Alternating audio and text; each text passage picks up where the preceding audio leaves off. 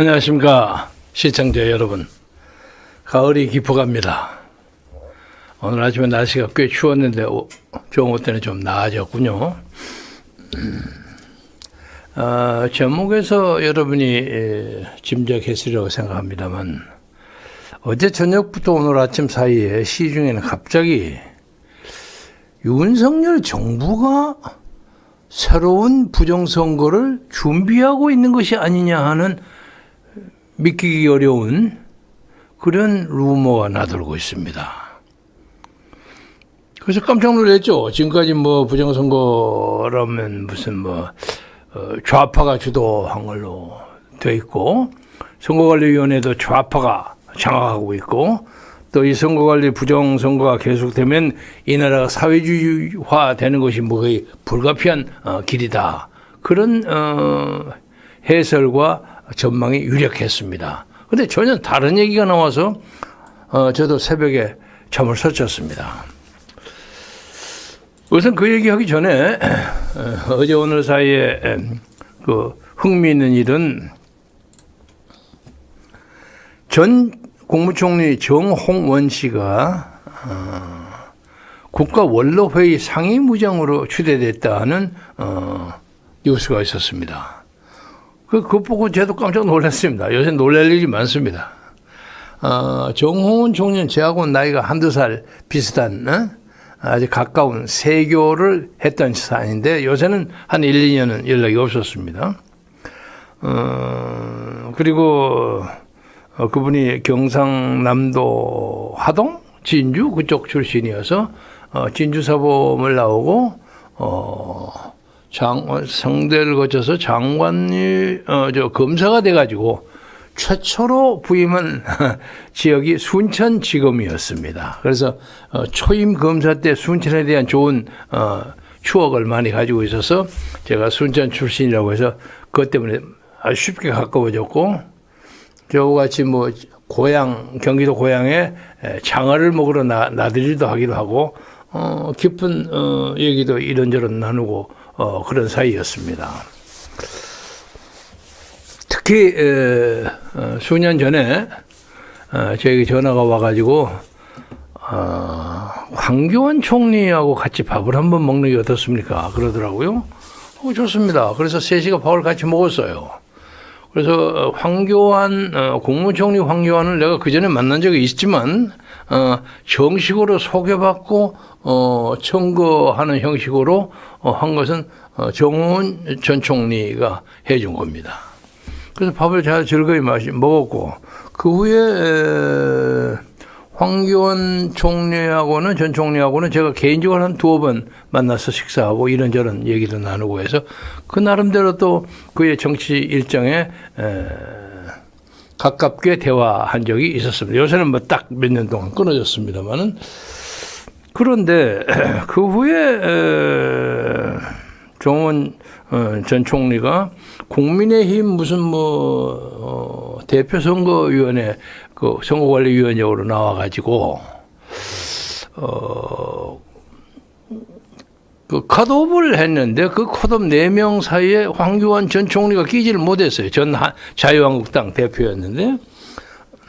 그래서 황교안은 당연히 내가 왜 몇 표를 받고 떨어졌어 하고 물을 거 아닙니까, 당연하게. 근데 그건 밝혀질 수 없다는 거예요. 그래서 이럴 수도 있는가?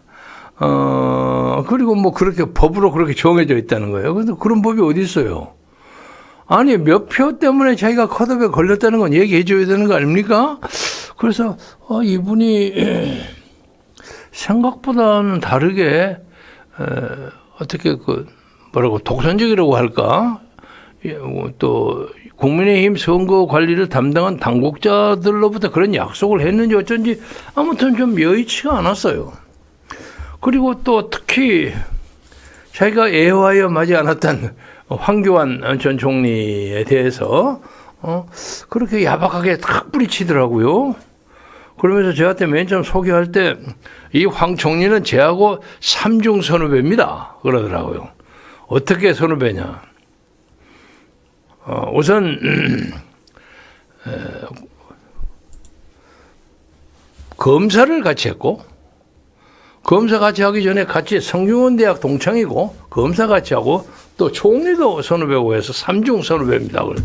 그 인연이 대단하네요. 내가 맞장구를 친 적이 있는데 그렇게 애와에 맞지 않았던 황교안을 그렇게 내쳐버리는 것에 황교안 씨는 무안했겠죠. 저도 개인적으로 요새 황교안 전 총리하고는 그렇게 부드러운 사이는 아닙니다만은 그래도 좀 안타깝게 봐서 이거 좀 공정하지 않다 이런 느낌을 가졌는데 오늘 갑자기 국가원로회의 상임의장으로 추대됐다 하고 보았더니 거기에 참여한 사람이 오명 장관, 오명은 명성이 있는 사람이죠. 공신력 있고 그다음에 권영애 국방부 장관 여기는 약간의 문제점이 좀 있다고도 정치적으로 얘기하는 사람들입니다. 그건 나중에 얘기할 거 없고 그리고 그 외에 무슨 목사님 한 분이 있고 무슨 어디 시의회 의장 이런 분들이 국가원로회의를 구성해가지고 조홍원을 국가원로회의 상임의장으로 뽑았다. 그런데 그와 관련해서 이 아무개 목사가 저희가 전화가 와서 며칠 후에 프레스센터에서 오찬을 하는데 거기 좀 참여해 줄 수 없냐고 해서 그때 김경래라는 경향신문 편집국장을 하셨던 분 제가 그분의 최근에 무슨 약속을 한 걸 지키지를 못했습니다. 아주 급한 일이 생겨서 그래서 대단히 죄송하다고 전화도 드리고 했는데 그분도 거기에 끼어 있고 해서 김경래 선배가 계신다면 당연히 들어가죠. 나중에 참석자 명단을 보니까 거기 또 정홍원이가 끼어 있어요. 그래서 지금 현재로 거기 진짜 그 양반이 오시느냐. 그래서 참석 여부를 좀 다시 체크해 봐야 한다 하는 그런 느낌을 가지는데 저당간에 침묵 속에서 살다가 국민의힘 대표 선거에서 그렇게 깨끗한 느낌을 가지지 않는 선거관리위원장으로 공석상에 나타났다가 그에 한참 침묵을 지키고 있었던 정홍원 전 총리가 갑자기 국가원로회의 상임의장이 됐다니까 좀 어이없어하는 사람들이 적지 않습니다. 그런데 이제 그와 엇비슷하게 어저께인가요? 국회 예상예산위원회에서 한동훈 장관하고 법무장관하고 이소영 그렇지? 더불어민주당이지? 더불어민주당 의왕 쪽에 두 분의 의원과 장관의 문답 속에 제가 놀랄만한 것을 발견했어요. 여기 보죠. 어제 8일에 됐구나. 열린 예상예산위원회 전체회의에서 이소영 더불어민주당 의원이 한동훈 법무부 장관을 향해서 4.15 총선 부정선거 의혹과 사전투표 조작 세력에 관한 질의를 했습니다. 이 의원은 한 장관이 먼저 장관님 주변에 4.15 부정선거나 사전투표 조작설을 믿는 분이 실제로 만나본 적이 있냐 하고 물었고 한 장관은 이게 예결위나 법무부 장관 업무 수행과 무슨 관계가 있느냐고 이건 답변이 잘못된 겁니다.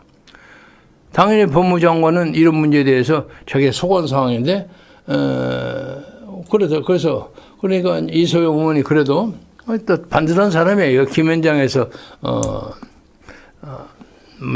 변호사도 하고 재능이 있는 사람인데 관계가 있다고 나는 생각한다 하면서 이 부정선거 주장이 합리적인 의심이라고 생각하냐 그랬더니 한 장관은 질문이 이상합니다.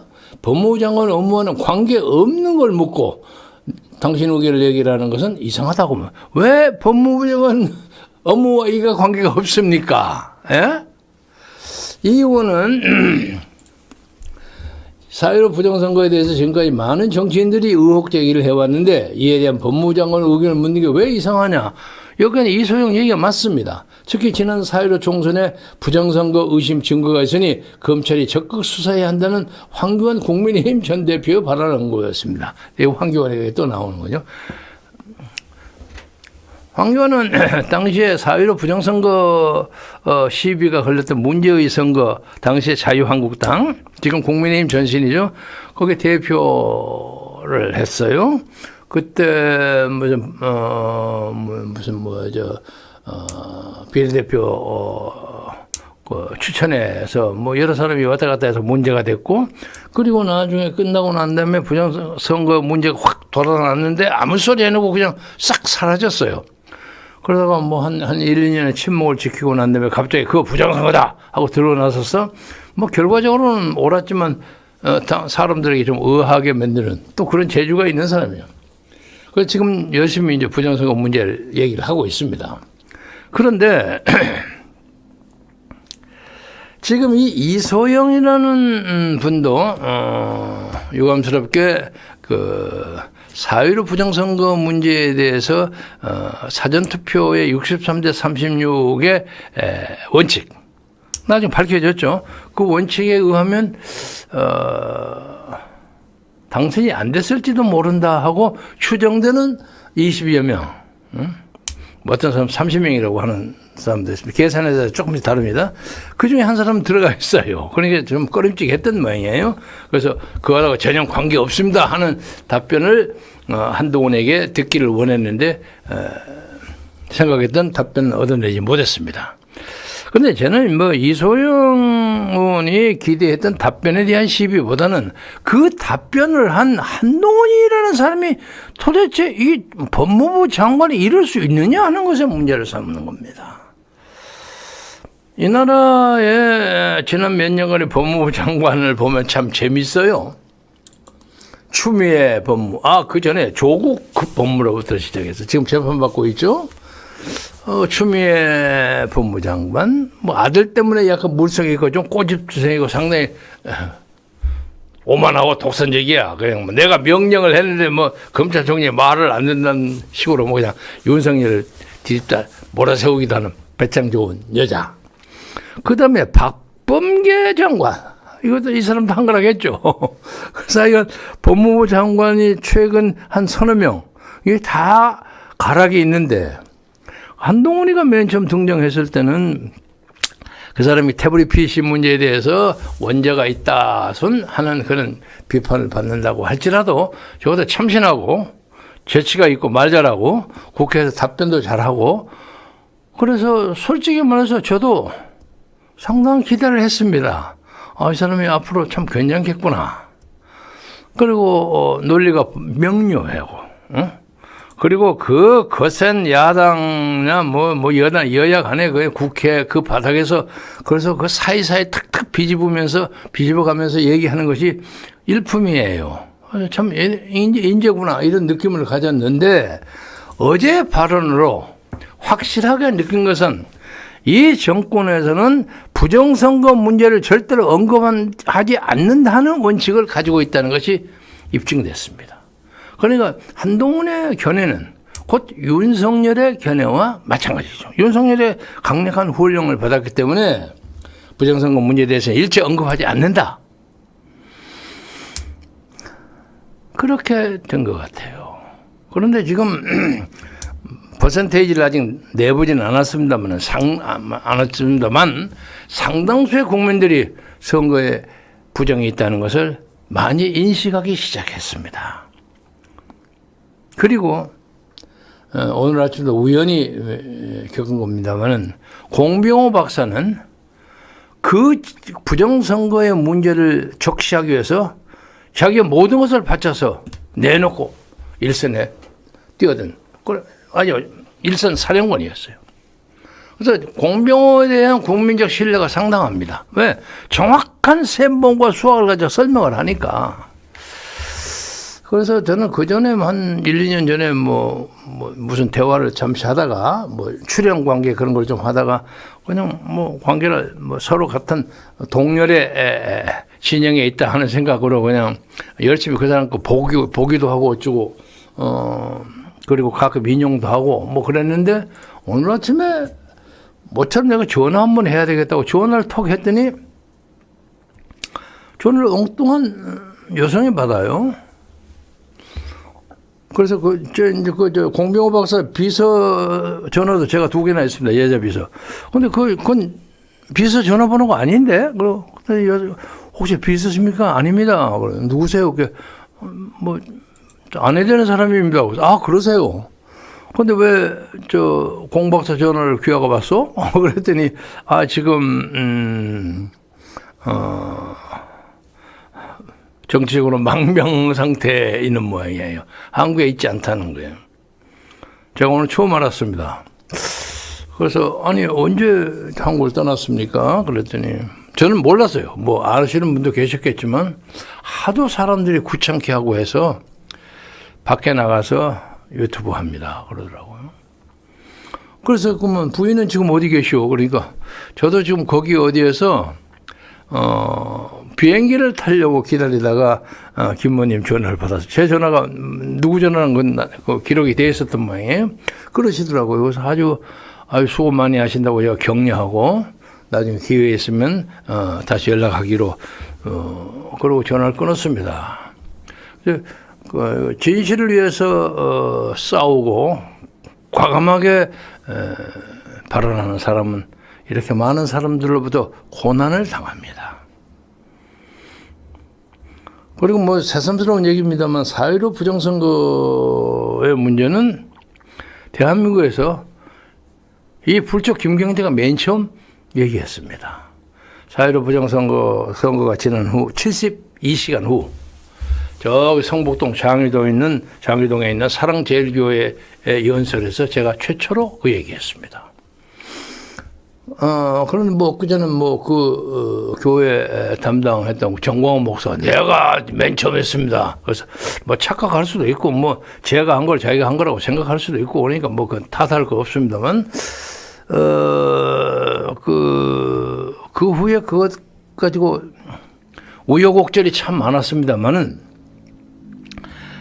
그거 이제 3년 반이 지난 오늘 현재로 봐서는 4.15 선거에 문제가 많다는 것은 거진 대부분의 국민들이 인정합니다.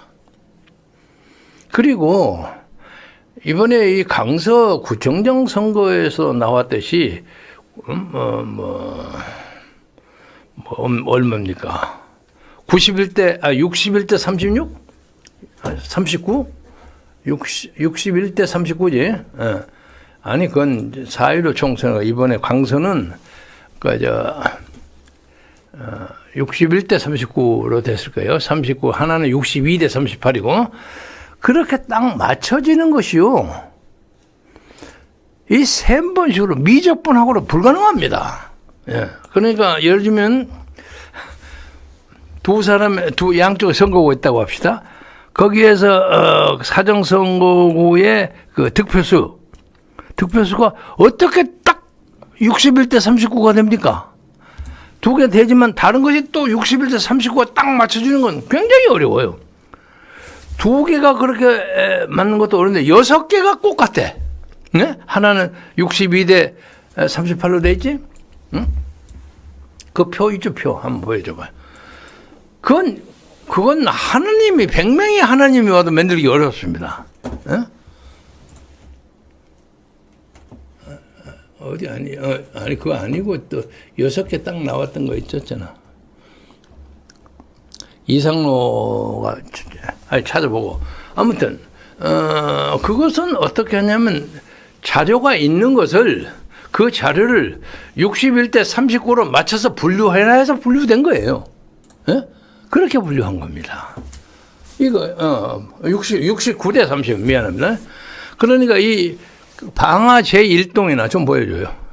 방화 제1동이나 저 밑에 화곡 제3동이 69대 31. 근데 여기에 집계된 사전 투표 선거구는 수가 다 다릅니다. 뭐 예를 들면 2,500명, 3,000 몇백 명 다 달라요. 그 다른 것을 어떻게 정확하게 이렇게 맞춥니까? 이것은 그 표를 69대 31로 갈라서 배분해라는 명령이 들어갔기 때문에 이렇게 만든 겁니다. 아시겠죠? 아주 쉽죠? 그런데 이것은 조금 만들기가 어려워서 68대 32로 한 겁니다. 이것은요, 전지전능한 조물주도 이렇게 못 맞춥니다. 입력을 강제적으로 넣지 않고는. 응? 그런데 이런 것이 시작한 게 4.15 총선이었습니다. 4.15 총선은 서울, 경기, 인천을 63대 36으로 딱 맞췄습니다. 그리고 나머지 1% 남은 것은 왔다 갔다 그냥 적은 숫자를 맞춘 거예요. 그보다는 좀 더 이제 세련됐죠, 이건. 그래서 중앙선거관리위원회 불신이 과장하지 않고 하늘에 치솟고 있습니다. 그런데 이 윤 대통령이라는 분은 그것을 고치겠다는 얘기를 한마디도 안 하는 거야. 그래서 혹시 뭐 아직도 국가 여러 가지 정책 문제에 우선순위가 있기 때문에 이건 나중에 필요할 때 타이밍 적당히 맞춰서 하려니 하고 생각하는 사람도 있어요. 근데 어저그제 한동훈 얘기를 들어봤더니 이건 죽어도 얘기를 안 하겠다는 거야. 응? 그래서 참 기가 막혀. 이게 대한민국이라는 나라가 어디로 가는가. 진짜 많은 사람이 얘기한 것처럼 사회주의화하기 위해서 선거 제도를 완전히 뭐 콩고나 뭐 아제르바이잔이나 키르기스탄처럼 다 조작하려고 아주 작정을 한 것인가. 그러면 자유민주주의를 지키는 사람은 어디 가서 살아야 하나? 보트 피플 돼야 되나? 답답해요. 답답한데 그것을 개선 광정시킬 수 있는 유일한 사람이 윤석열이. 근데 윤석열은 모른 척해. 그러니 홍병호 같은 사람이 견디다 못해서 외국에 나가 있어요. 그래서 제가 밤새 그 문제에 대해서 고민을 했어요. 정말 이 대한민국에 희망이 없는 것인가? 그런데 어떤 사람이 저에게 전화가 왔어요. 내가 이런저런 얘기를 했더니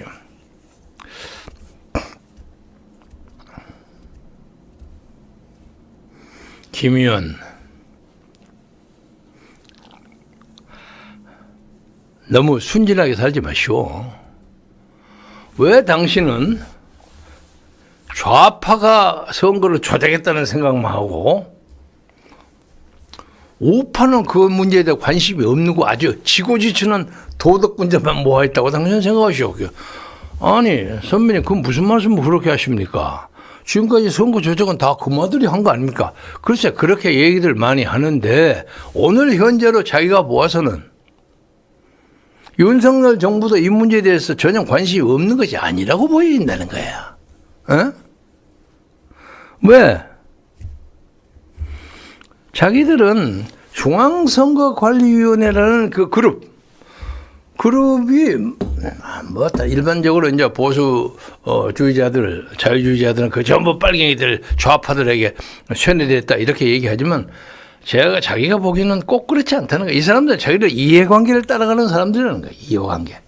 먹고 살고 자기 행사하기 위해서 따라가는 사람.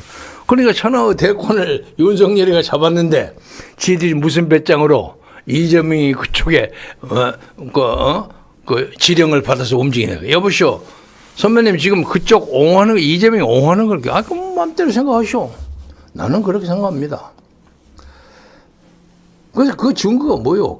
보세요. 오늘 선거 투표기 바꾼다고 나오지 않았습니까? 그것이 단적인 증거입니다. 여러분 투표기 바꾼다는 더 퍼블릭에서 나오는 선관위 예산안 이거 보십시오. 중앙선거관리위원회가 개표에 사용되는 투표기 분류기 등 제작 비용 132억 6,600만 원을 내년 본 예산에 편성했다. 지난 총선에서 부정선거 논란을 차지한 바 있는 투표지 분류기 문제기계예요. 제작에 올해와 내년 국비와 지방지를 합쳐서 약 600억 원이 들어갈 것으로 생각한다. 그래서 국회 행정안전위원회 전문위원실이 보고한 중앙선거관리위원회 소관 세입세출 예산안 검토 보고서에 따르면 선관위는 내년 4월 10일 예정인 22대 총선을 앞두고 내구 연합, 그게 달아서 없어지고 낮고 그런 겁니다. 내용 연수의 다 된 2013년형 투표용지 분류기가 1381대와 투표용지 발급기 및 본인 확인기 등 사전투표 운영장비 12,500대의 제작 비용으로 이같이 편성한 것으로 나타났다. 여기서 내리는 겁니다. 그대로 있어. 아까 그대로 올려란 말이야. 방금 읽었던 것도 올려요. 더 올려요. 수도. 여기에 1381대의 투표지 분류기 이게 문제가 있는 것입니다. 그리고 사전투표 운영장, 이건 본인 투표 용지 뽑고, 도장 찍고, 그런 장비는 이건 딴 거, 그건 12,500개, 좀 규모가 적은 거예요. 그러니까 이 문제에 대해서 우리가 항상 얘기한 거, 이 문제의 이 투표기에 대해서 전문가들이 검색해 주기를 요구한 거예요. 거기에 흔적이 있을 수 있습니다. 네? 보면. 그러니까 소스 코드를 어떻게 했니 뭐니 하는 걸 아무리 한다고 해도 볼 수 있다고 보이는 거예요. 그걸 없애버리려고 하는 거 아닌가. 많은 사람들이 그렇게 생각하는 거예요. 그래서 새 것이 들어오면 깨끗하게 다시 시작한다. 그런데 새 것이 들어오는 것이 항상 단일 회사만 동원합니다. 왜냐하면 올려보세요. 이거 쭉 올려보세요. 스톱, 또 올리세요.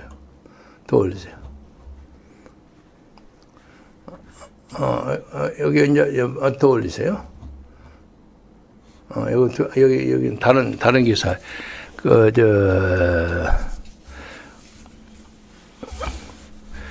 납품하는 회사가 이름은 다 다릅니다. 이름은 다른데 납품에 신청을 할 때 조건이 굉장히 까다로워. 그래서 그 조건에 맞출 수 있는 사람이 별로 없어요.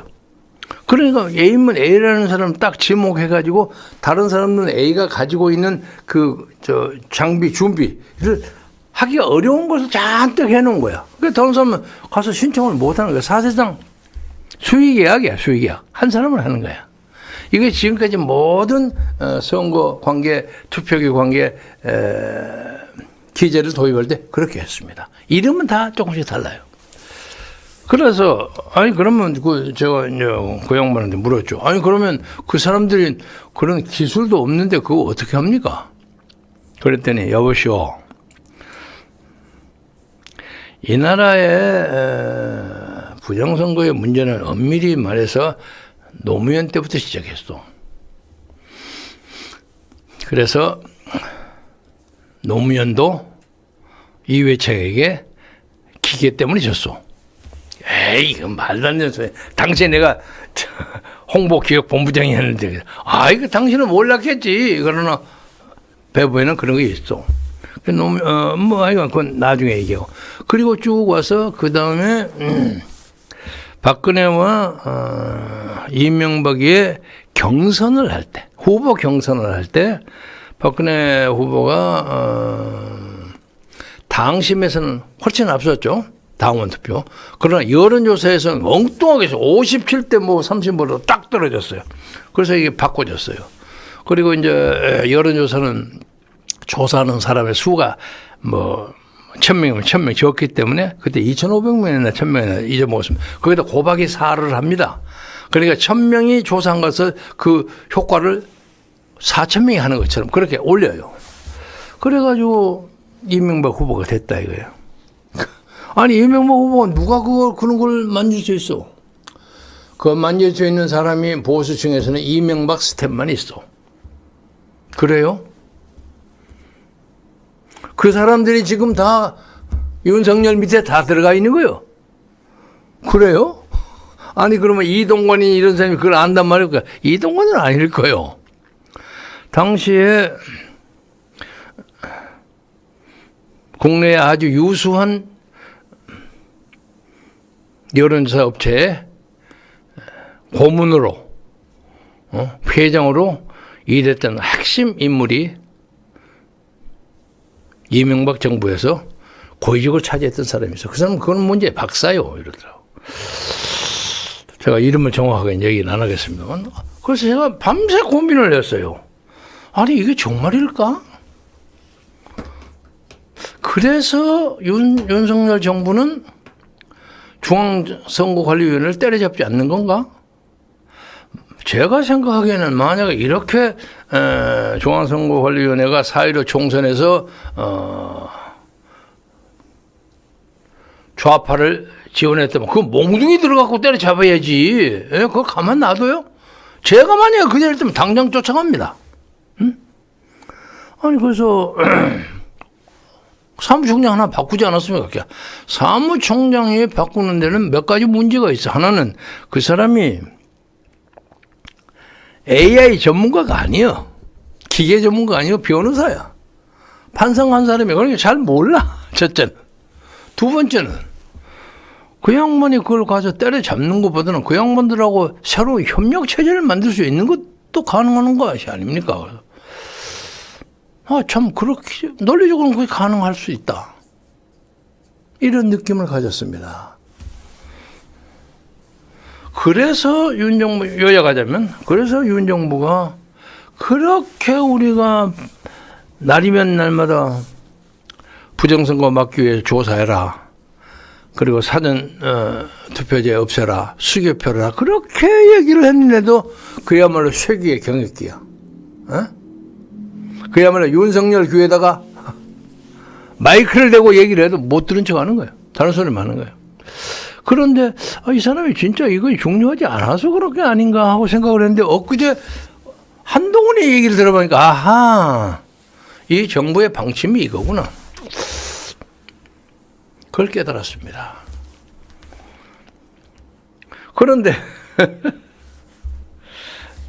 다음 본론으로 가기 전에 중간다리 건너가면서 한마디 하겠어요. 엊그제 저에게 그 무슨 메시지를 보냈다고 얘기했던 저하고는 악영과 인연이 뒤섞여 있는 정광훈 목사가 그래도 우리가 그 양반도 부정선거 열심히 규탄하는 그런 사람이에요. 그래서 부정선거 문제가 국민적 운동으로 벌어질 경우에 과거의 악연 사연을 버리고라도 대동강전하는 전선에 같이 나갈 수 있지 않는가 그런 생각을 했는데 그저께입니다. 광화문, 서대문, 신촌 제가 한 바퀴 돌았습니다. 그리고 저하고 같은 동지적 관계에 있는 이상로 박사도 다 돌았어요. 같이 만나지는 않았습니다만 돌았는데 광화문을 갔더니 자기가 부정선거 맨 처음 폭로했다는 얘기를 크게 하고 부정선거가 이거 말도 안 되는 때려치우는 거 때려잡아야 한다고 하면서도 국민의힘은 때려 죽일 놈들이고 국민의힘의 대신 광화문 세력인 자기들이 들어가야 한다는 식이야. 그리고 윤석열을 지지하는데 윤석열 만세를 막 불러. 윤석열 만세. 어떤 사람은 나와서 김건희 만세까지 부르더라고요. 그래서 참 이 사람이 뭐가 뭔지를 모르는구나. 그리고 거기서 이런저런 아침에 하면서 그 정광훈 목사의 그런 태도에 대해서 제가 며칠 전에 전 목사께서 부정선거 문제를 파헤치는 국민적 운동에 참여하기 위해서는 윤석열에 대한 미련을 버려라. 윤석열에게 정치적 이혼을 확실하게 선언해라. 그런데 당신이 가만히 보기에는 지금 연동제 비례대표도 없는데 자기가 전국에 다 공천을 하는 것이 좀 역부족이라고 생각했는지 아무튼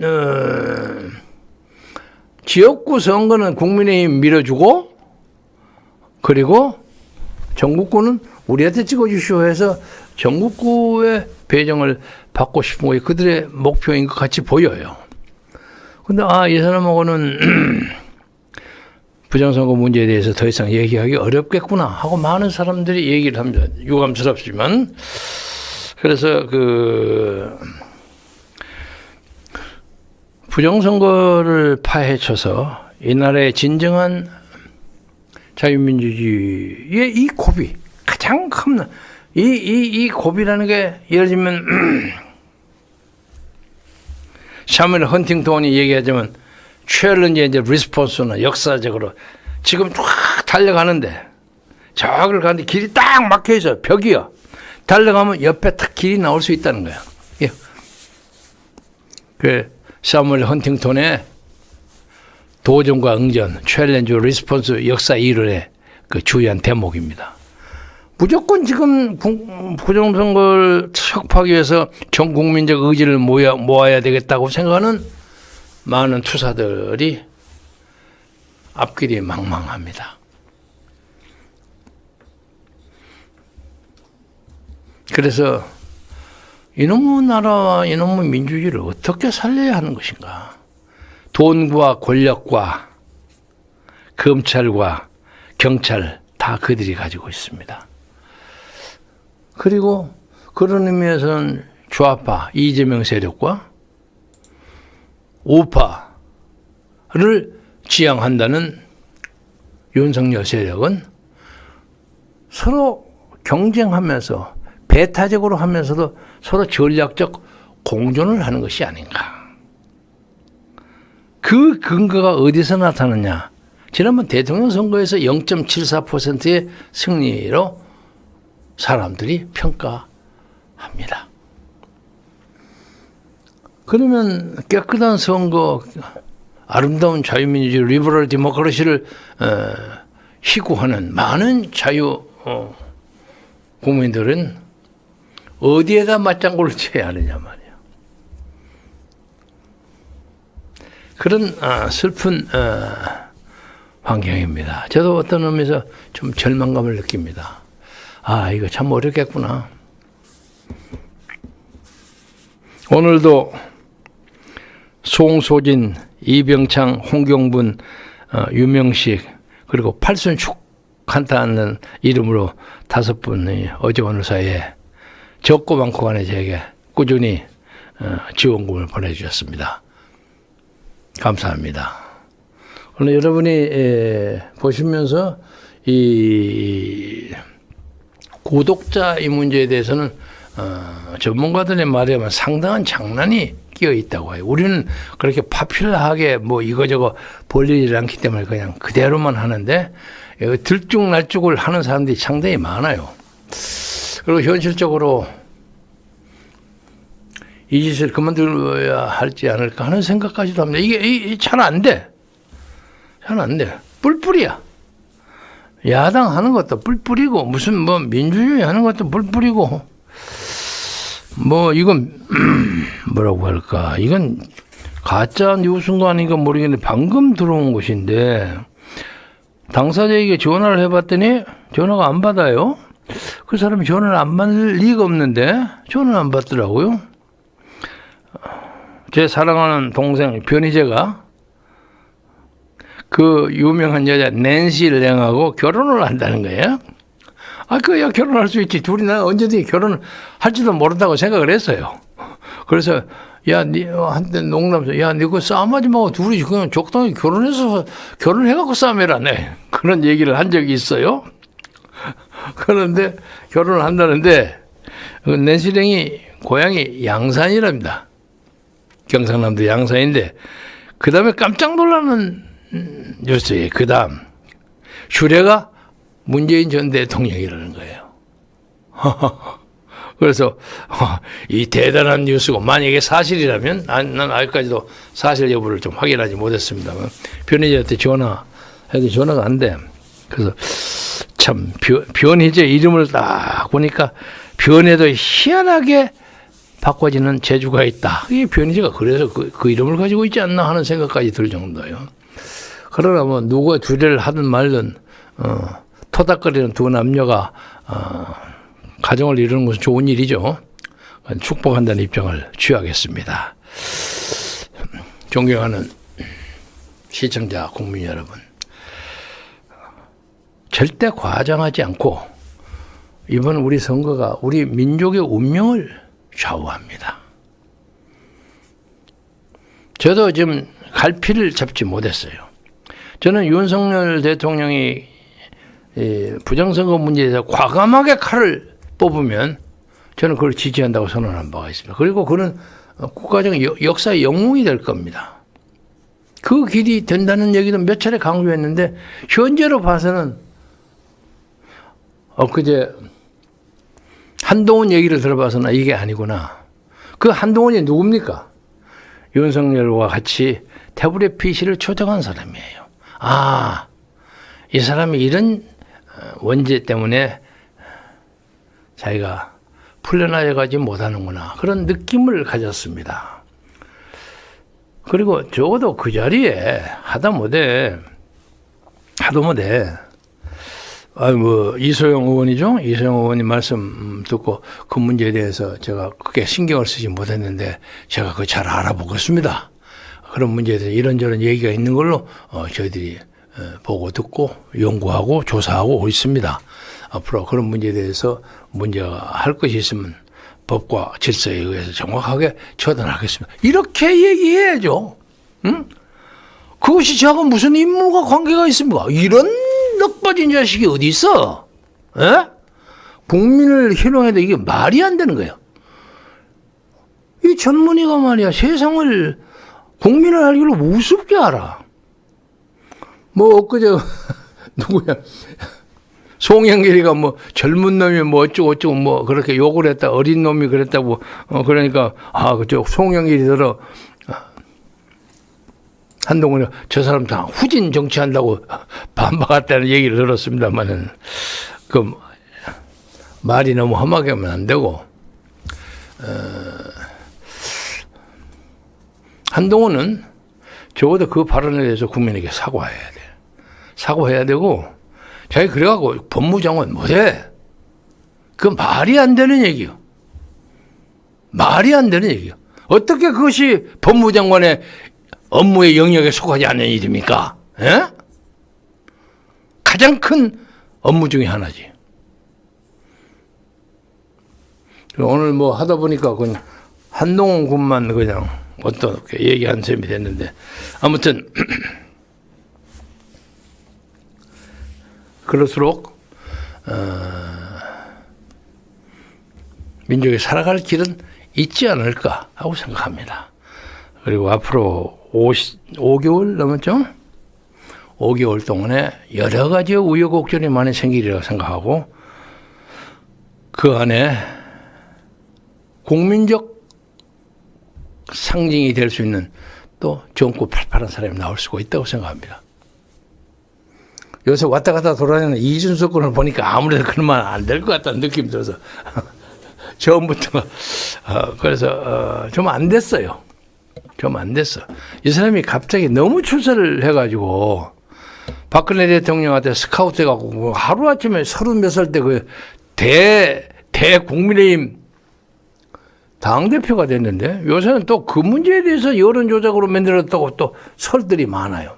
뭐 제가 꼭 믿는 건 아닙니다만은 그래서 근데 이 사람이 그냥 갑자기 꿈을 그냥 너무 높게 가진 거야. 그래서 뭐 엊그제 제가 그래도 그러면 어디 가서 국회의원은 한번 할 만한 사람 아닌가 했더니 왜 그따위 소리 하냐고 댓글에서 제가 막 너대처럼 대기 얻어 터졌습니다. 그건 지나가는 말로 하고 다음엔 오늘의 핵심은 윤석열 정부 자체의 핵심에서 중앙선거관리를 사실상 장악해가지고 대통령의 권력 장악해가지고 그들 나름의 프로그램에 의해서 기계도 바꾸고 그래가지고 내년 4월 10일 선거를 그들 나름의 프로그램에서 꾸미는 그런 새로운 부정선거가 충분히 가능하다 하는 것이 시중에 돌아다니는 아주 무거운 화제로 돌아다닌다는 것을 정부 당국자가 잘 알고 이 문제에 대해 대처는 정치적으로 대처를 잘하는 그런 정권이 되기를 우리가 이 나라가 그냥 붕괴돼 버리는 그런 사태가 오지 않도록 그리고 누누이 얘기한 것처럼 외교의 성공은 네이처의 잘못을 절대로 커버하지 못합니다. 응? 빈 사람한테서 몇십조 투자를 받고 무슨 초알수 국왕이 초청을 해서 가서 뭐 악수하고 사진 찍고 뭐 아펙 회의에 가서 뭐 얘기하고 그 많은 것이 자기 밑자락 자기 집안에 사소한 반찬거리, 식거리, 음식거리, 이웃과의 관계 그 조금한 데서 벌어지는 비극을 커버 못한다는 거예요. 네? 그러니까 큰 것을 보면서 적고 미세한 것을 자세히 보는 것이 진정한 지도자의 자질이 아닌가. 이것을 윤석열 대통령이 뜨겁게 깊게 사색하고 결정해 주길 바라면서 시간이 별로 많이 남지 않았습니다. 그 뜻을 정부 당국자는 잘 알리라고 생각하고 보수 유권자들, 특히 좀 자유주의적인 생각을 가진 사람들이 지금도 막 떨어져 나가는 소리가 제 귀에는 다 들립니다. 그것을 적당한 정치적인 어떤 매누버링이나 이런 걸로 커버되지 않는다 하는 걸 무겁게 심각하게 받아들이기를 바라면서 여러분 변해진 날씨에 건강 유의하시고 좋은 시절 보내기 바랍니다. 오늘 이걸로 마치겠습니다. 감사합니다.